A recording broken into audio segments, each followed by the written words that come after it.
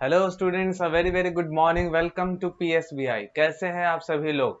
I hope you all guys are very well. And हम लोग अपने चैप्टर 9 जो कि आपके बुक का जिसका नाम अमेजिंग एनिमल्स है उसका हम लोग डिस्कशन कर रहे थे। और आज के भी इस क्लास में हम लोग उसी चैप्टर के अंदर जो चीजें हैं उसकी डिस्कस करेंगे। हम लोग अभी तक इस चैप्टर के अंदर बहुत सारी चीजों को समझ चुके हैं और आगे हम लोग उसी के बारे में और देखने वाले हैं। इससे पिछले वीडियो में अंदर हम लोगों ने इसमें सिंग टू अ बीट का देखा था और कैसे हम लोग एनिमल्स का यूज करते हैं अपने डिफरेंट वर्क में, अपने डेली लाइफ स्टाइल के अंदर। या फिर ये कह सकते हैं कि एनिमल्स, ऐसा कौन से एनिमल्स कैसे कैसे अपने काम के चलते हम ह्यूमंस को बेनिफिट प्रोवाइड करते हैं और हम ह्यूमंस उनके बेनिफिट से अपने किसी भी काम को इजी बनाते हैं। इस चीजों के बारे में हम लोगों ने पिछले वीडियोस के अंदर चर्चा की थी। आज जो हमारा डिस्कशन का टॉपिक होने वाला है वो हमारा यहाँ आपके पेज नंबर 42 से होने वाला है, जो कि एनिमल केयर है। ठीक है, एनिमल केयर यानी कि नाम से ही आप इसको समझ सकते हैं कि कैसे हम लोग एनिमल की केयर करते हैं। ठीक है, यानी कि देखभाल, जानवरों का देखभाल हम लोग किस तरीके से हम ह्यूमंस करते हैं उसी के बारे में हम लोगों को यहाँ जानना है। ठीक है, यहाँ पे फर्स्ट लाइन ही जो आपका लिखता है वो बहुत अमेजिंग लाइन है। एनिमल्स आर मेंस फ्रेंड, यानी कि जो जानवर होते हैं वो हम मानव के दोस्त के रूप में होते हैं। ठीक है, यानी कि उन एनिमल्स जो होते हैं वो एज अ फ्रेंड हम ह्यूमंस के लिए होते हैं, दोस्त के लिए होते हैं। वी शुड लव देम, और हमें भी उनसे प्यार करना चाहिए। ऐसा नहीं कि हमें किसी भी जानवर को तंग करना चाहिए, हम ह्यूमंस को भी जानवरों को जितना हो सके उतना प्यार करना चाहिए। उसके बाद लिखता है, देखते हैं जस्ट अ सेकेंड।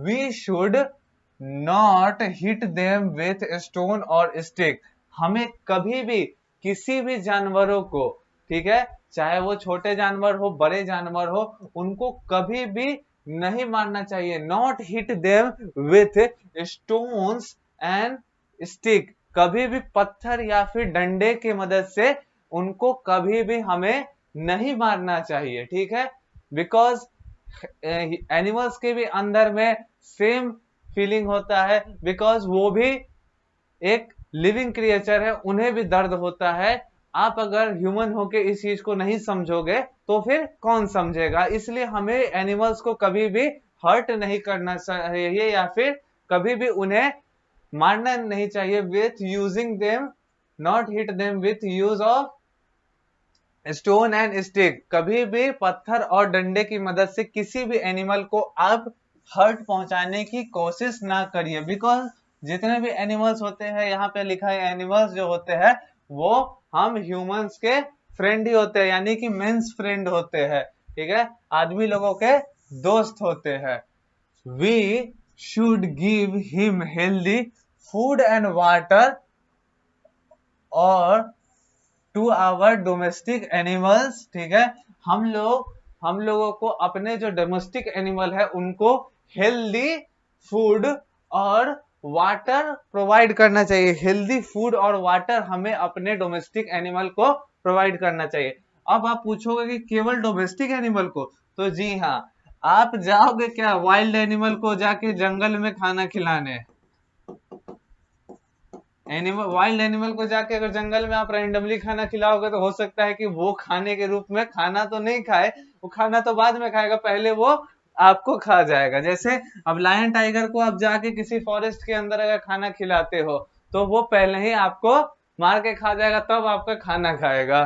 ठीक है, तो जितने डोमेस्टिक एनिमल होते हैं जिन्हें हम पालते हैं, जो हम लोगों ने पिछले वीडियो के अंदर में देखा था कि डोमेस्टिक एनिमल्स वैसे एनिमल्स होते हैं जिनसे हमें कुछ ना कुछ बेनिफिट मिलता है। तो केवल हम लोगों को उनका बेनिफिट नहीं लेना चाहिए, बल्कि उनको भी हमें अच्छे तरीके से ट्रीट करना चाहिए, उनकी हमें प्रॉपर ढंग से केयर करनी चाहिए, हमें उन्हें लव करना चाहिए, प्यार करना चाहिए, और उन्हें एक हेल्दी खाना और पानी देना चाहिए। बिकॉज ये एनिमल्स को जब आप उनसे कुछ ले रहे हो, अगर आप उनकी केयर नहीं करोगे तो वो तो कमजोर हो जाएंगे, वीक हो जाएंगे, ठीक है।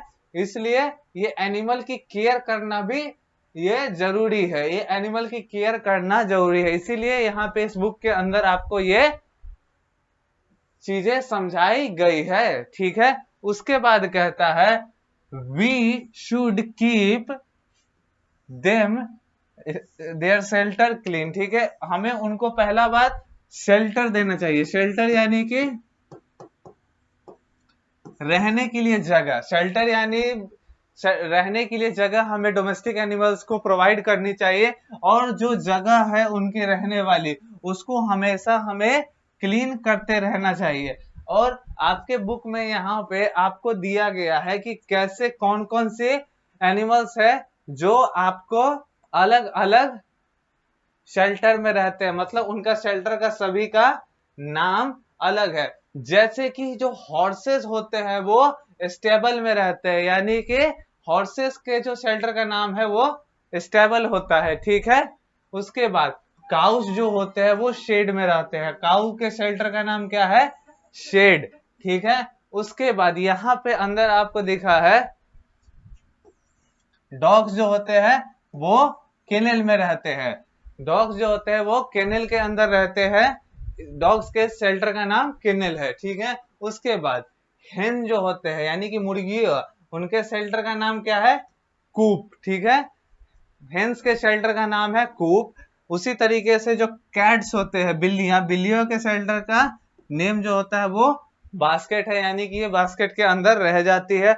और फिशेस जो होती है, फिशेस कहाँ रहती है, वो एक्वेरियम के अंदर, यानी कि फिशेस के शेल्टर का नाम जो होता है वो एक्वेरियम है। यहाँ पे आपको देखने को मिलेगा कि अलग अलग जानवर कैसे अलग अलग जगहों पे रहते हैं, और सभी जगह जो रहते हैं जहां पे उनका शेल्टर है उन सभी शेल्टर का नाम कैसे अलग है। हॉर्स के शेल्टर का नाम स्टेबल था, काऊ के शेल्टर का नाम शेड था, डॉग्स का केनल था, उसके बाद यहाँ पे आपको हेन का कूप था, फिश सॉरी कैट का बास्केट था, और फिश के शेल्टर का नाम एक्वेरियम था। तो ये सभी चीजें यहाँ पे आपको डिफरेंट एनिमल्स के डिफरेंट शेल्टर के बारे में दी हुई गई है। यहाँ पे पूरे तो एनिमल्स के बारे में नहीं दी गई हुई है, लेकिन कुछ आपको एग्जाम्पल के रूप में यहाँ समझाया गया है। अब अगर हम लोग इसको आगे चलते हैं, एक्टिविटी का यहाँ पे आपको पार्ट दिया गया, एक्टिविटी का पार्ट दिया गया है, ठीक है। यहाँ पे आपको इन पिक्चर्स को देख के है ना इसको आइडेंटिफाई करना है कि ये कौन कौन से जानवर है। सबसे पहले तो यहाँ पे आप देखोगे तो ये किसी का फीट दिया हुआ है, यानी कि किसी का पंजा दिया हुआ है जो नीचे का होता है। तो हम लोग इसको मान सकते हैं कि ये जो काऊ या फिर बफेलो के लेग के बारे में दिया हुआ है, ठीक है। काऊ है, यहाँ पे ये टेल है, ठीक है। तो ये टेल बफेलो का हो सकता है, बफेलो का टेल है। उसके बाद यहाँ पे आपको यहाँ क्रोकोडाइल का जो माउथ होता है वो दिख रहा है, तो ये क्रोकोडाइल है, ये क्रोकोडाइल का आपका है। उसके बाद यहाँ पे आपको बड़े बड़े ईयर्स दिए गए हैं, बड़े बड़े ईयर्स किसके होते हैं, तो रैबिट के होते हैं। आपको भी मैं कुछ इनमें से पिक्चर्स के अंदर से आपको दूंगा, जैसे रेस्ट यहाँ 4 मैंने आपको बता दिया, और रेस्ट ऑफ द जितना ही बच गया है वो आप खुद से आइडेंटिफाई करके लिखेंगे कि वो किस जानवर के। जैसे यहाँ पे आपको जेब्रा की बॉडी दी गई है, काऊ का फेस ही पूरा दिख रहा है, यहाँ पे कैमल का हम्प है, राइनोसोरस का है, उसके बाद यहाँ डॉग का माउथ दिख रहा है। सभी तो मैंने बता ही दिए, फिर भी आप इसको बुक में अपने अच्छे से फिल कर लेंगे, इसको अपने बुक के अंदर फिल कर लेंगे। छोड़िए मैं ही फिल कर देता हूँ आपके लिए। ये हम लोगों ने इसको कंसीडर काऊ किया था। चलो इसको मैं ऑक्स का कंसीडर कर लेता हूँ। ऑक्स का ये पैर है, ये आपका बफेलो का, यहाँ आपको क्रोकोडाइल, उसके बाद ये आपका जो ईयर वाला था ये हम लोगों ने कहा था ये रैबिट का है। उसके बाद यहाँ पे ये फोटो, व्हाट इज दैट, ये आप खुद से आइडेंटिफाई करके लिखेंगे, ठीक है। उसके बाद यहाँ पे ये डॉग का था, ये राइनोसोरस का है,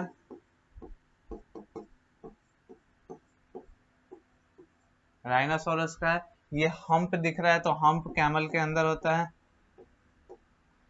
ये काऊ आपको पूरा प्रॉपर तरीके से दिख ही रहा है। उसके बाद लास्ट में जेब्रा, ठीक है।